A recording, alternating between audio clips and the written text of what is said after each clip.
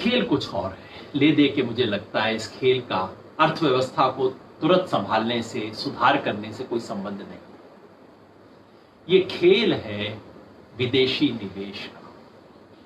कल किसी लीडर ने कहा कि ये सारा कुछ शुरू इसलिए हुआ कि चीफ मिनिस्टर्स के साथ जो प्रधानमंत्री जी की कॉन्फ्रेंस हुई थी, वीडियो कॉन्फ्रेंस, उसमें प्राइम मिनिस्टर ने खुद कहा था कि लेबर रिफॉर्म करने ये समय कर लो।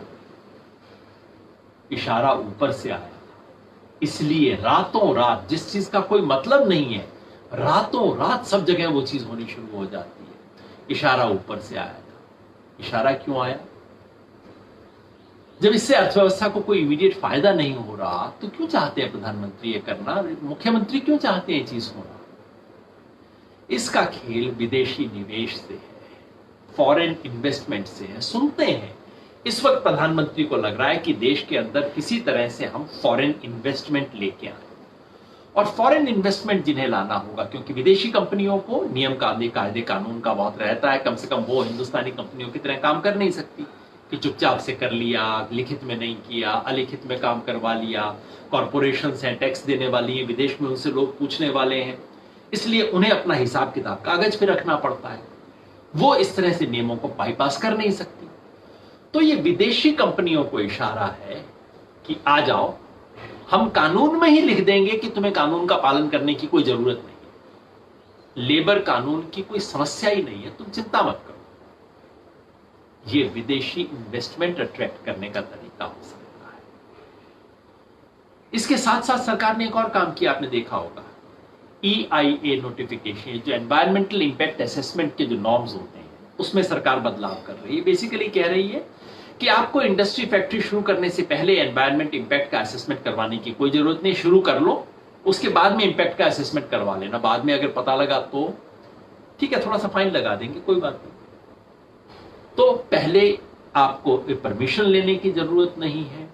चलाते वक्त जो नॉर्म्स थे वो नॉर्म्स डाइल्यूट कर दिए गए हैं, और यहां भी नियम ये है कि आपका इंस्पेक्शन नहीं होगा, चिंता मत करो, आप खुद ही लिख के दे देना कि कैसे करना है। मतलब ये कि सरकार इस वक्त, इस संकट के वक्त ये किया जा रहा है, इसलिए नहीं कि इसका इस संकट से कोई भी संबंध है। ना तो एनवायरमेंटल इंपैक्ट असेसमेंट का इससे संबंध है, अगर हो तो कम से कम एनवायरमेंटल इंपैक्ट असेसमेंट तो और ज्यादा स्ट्रिंजेंट होना चाहिए। इस देश ने इतनी बड़ी मेडिकल इमरजेंसी देखी है, अब तो देश को इस चीजों के बारे में एक्स्ट्रा केयरफुल रहना चाहिए कि कोई ऐसी इंडस्ट्री ना हो जिससे संभावना बढ़ जाए। विशाखापट्टनम के अंदर जो कांड होते होते मतलब छोटा हुआ, बहुत बड़ा भी हो सकता था, वैसा कांड दोबारा ना हो जाए, इसके तो और स्ट्रांग नियम बनने चाहिए। लेकिन अभी क्या है, जो नियम है उसको डाइल्यूट किया जा रहा है। तो मतलब ये है, इस वक्त इमरजेंसी है, इस बहाने जो करना है कर लो। दिल्ली के अंदर लोगों के खिलाफ पुलिस केस बनाने हैं, चुपचाप से बना लो। लेबर लॉ खत्म करने हैं, चुपचाप से कर लो। एनवायरमेंटल इंपैक्ट असेसमेंट करना है, कर लो। जो चीजें करनी है, इस टाइम पूछने वाला नहीं है, देखने वाला नहीं है। ह्यूमन राइट्स के लॉज बदलने हैं, बदल लो। क्या ये खेल हो रहा है? क्या कोविड से मुकाबले की आड़ में, इस महामारी की आड़ में हमें कई ऐसे इंजेक्शन दिए जा रहे हैं जिनका इस बीमारी से कोई संबंध नहीं है? यह सवाल है जो कि आपको और मुझे सोचना होगा, जिस पे विचार करना होगा, इस पे एक समझ बनानी होगी।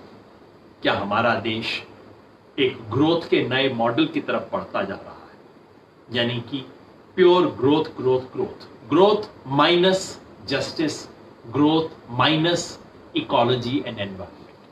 अब ऐसा नहीं है कि पहले जो हमारे यहां हो रहा था वो कोई बहुत अच्छा आदर्श मॉडल था, सोशल जस्टिस का, इंक्लूजन का, एनवायरमेंट का, इस सब का मॉडल नहीं था। लेकिन फिर भी कुछ कुछ नियम बने थे, धीरे धीरे नियम मजबूत हो रहे थे।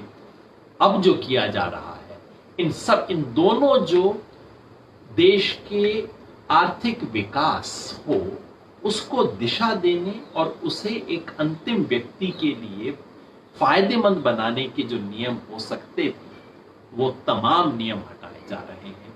मतलब ये कि खुल के आगे बढ़ो, पैसा कमाओ, हिंदुस्तान आपके लिए है, और इस ग्रोथ से अंततः सबका फायदा हो जाएगा। वास्तव में होता नहीं है।